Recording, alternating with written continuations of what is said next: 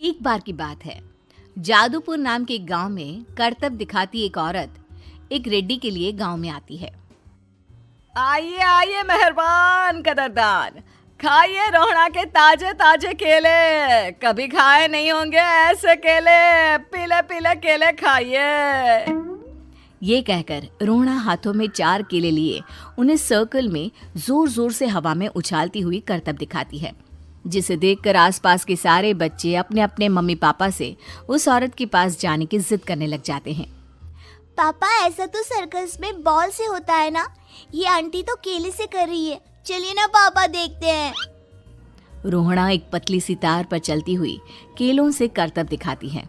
आते जाते सभी लोग बाहर रुककर उसके करतब देखते हैं और वाह वाही करते नहीं थकते। जैसे ही एक आदमी पास आकर उसे पैसे देने लग जाता है, तब वो कहती है, अरे नहीं नहीं साहब, मैं करतब तो बच्चों के मन को बहलाने के लिए करती हूँ। धंधा तो मेरा केले का है। पीछे देखो मेरी रिड्डी, जो भी मेरे केले खाएगा मेरी तरह चुस्त दुरुस्त और तंदुरुस्त हो जाएगा। पता चलता है क्या कि मेरी उम्र 55 की है। अरे पर ऐसे ठंड के मौसम में कोई केला क्यों खाएगा? ये ऐसे वैसे केले नहीं है साहब, ये शरीर में गर्मी देते हैं। ठंड को दूर भगाए जो भी रोहिणा के केले खाए। पापा, अगर मुझे केले नहीं मिले तो मैं घर नहीं जाऊंगी।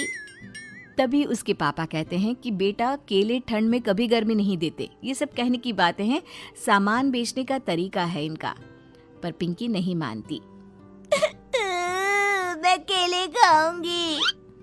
पिंकी की जिद के आगे नत्थू हार जाता है और उसे केले खरीद कर दे देता है। पिंकी खुश होकर केले घर ले आकर खाती है। अब मैं भी करतब करूंगी, कितना मजा आएगा। जादुई केले। पिंकी पहला केला खत्म भी नहीं करती कि वो बेहोश हो जाती है। दूसरे केले से एक काला धुआं आता है और रोहड़ा चुड़ैल बनकर बाहर निकल आती है। मेरे भूतिया केले बच्चे न खाए, ऐसा हो ही नहीं सकता। जादूपुर वालों, कब तक बचोगे? आ गई हूं मैं रोहड़ा, जिसका कोई नहीं कर सकता सामना। रोहड़ा पिंकी को गोद में उठाकर काले धुएं में कहीं गायब हो जाती है। शाम के वक्त नत्थू घर लौटता है और पिंकी को घर में ना पाकर उसकी माँ से कहता है, माँ पिंकी कहाँ है? अरे बेटा, उसे तो तू सुबह करतब दिखाने ले गया था ना, फिर कहाँ वापस आए तुम दोनों? मुझे लगा तू उसे अपने साथ मंडी ले गया होगा। हे भगवान, मेरी बच्ची कहाँ गई? मैं उसे घर ही तो छोड़कर गया था माँ। नत्थू गांव के घर कोने में अपनी बेटी को ढूंढता है, पर उसे वो कहीं नहीं मिलती। परेशान होकर आके रो रो कर नत्थू हिम्मत हार कर घर लौट आता है। अगली सुबह रोहड़ा फिर से करतब दिखाने आती है और इस बार पिंकी की तरह रोनी केले खरीद लेता है। 50 रुपए दिए थे पापा ने, सारे पैसों की मैंने केले खरीद लिए हैं। अब मैं भी आंटी की तरह ही करतबबाज बन जाऊंगा। यही सोचते हुए रोनी केले खाता है और पहला अकेला केला आधा खत्म भी नहीं करता कि चुड़ैल उसके सामने आ जाती है। मेरे साथ चलने का समय आ गया है रोनी। ये तो बस शुरुआत है। अब इस गांव के सारे बच्चे धीरे धीरे मेरे कब्जे में होंगे, एक बच्चा भी नहीं बचेगा। ये कहकर रोना रोनी को गोद में लेकर काले धुएं में अदृश्य हो जाती है।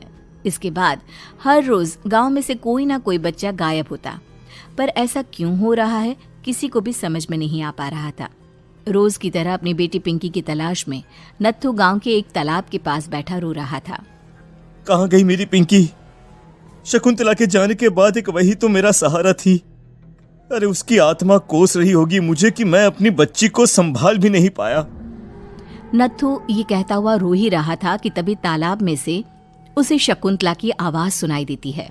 कहाँ थी तुम शकुंतला? हमारी बच्ची और सारे गायब हुए बच्चे रोहड़ा के कब्जे में हैं। वो बच्चों को जो केले देती है उससे बच्चे बेहोश हो जाते हैं और उसके कब्जे में आ जाते हैं और वो उन्हें ले जाकर काली दुनिया में ले जाती है। पर वो ऐसा क्यों कर रही है? ये मैं नहीं जानती, पर उस दुनिया का रास्ता मैं आपको बता सकती हूँ। जहां ये नदी खत्म होती है वहां एक केले का पेड़ है, उसके नीचे एक दरवाजा है, वहीं से रास्ता जाता है उस दुनिया का। ये कहकर शकुंतला की आत्मा गायब हो जाती है। गांव के सभी लोग झुंड बनाकर उसी रास्ते से काली दुनिया में चले जाते हैं और वहां देखते हैं कि सारे बच्चे वहां काम कर रहे थे। पापा मुझे ले चलो यहाँ से। पापा पापा। सभी बच्चे अपने मम्मी पापा से लिपट जाते हैं। तो तुम लोग यहां तक आ गए? क्यों हमारे बच्चों को पकड़ लिया तूने? तुझे शिकार ही बनाना है तो ले, हम सब आ गए हैं, हमें खा ले।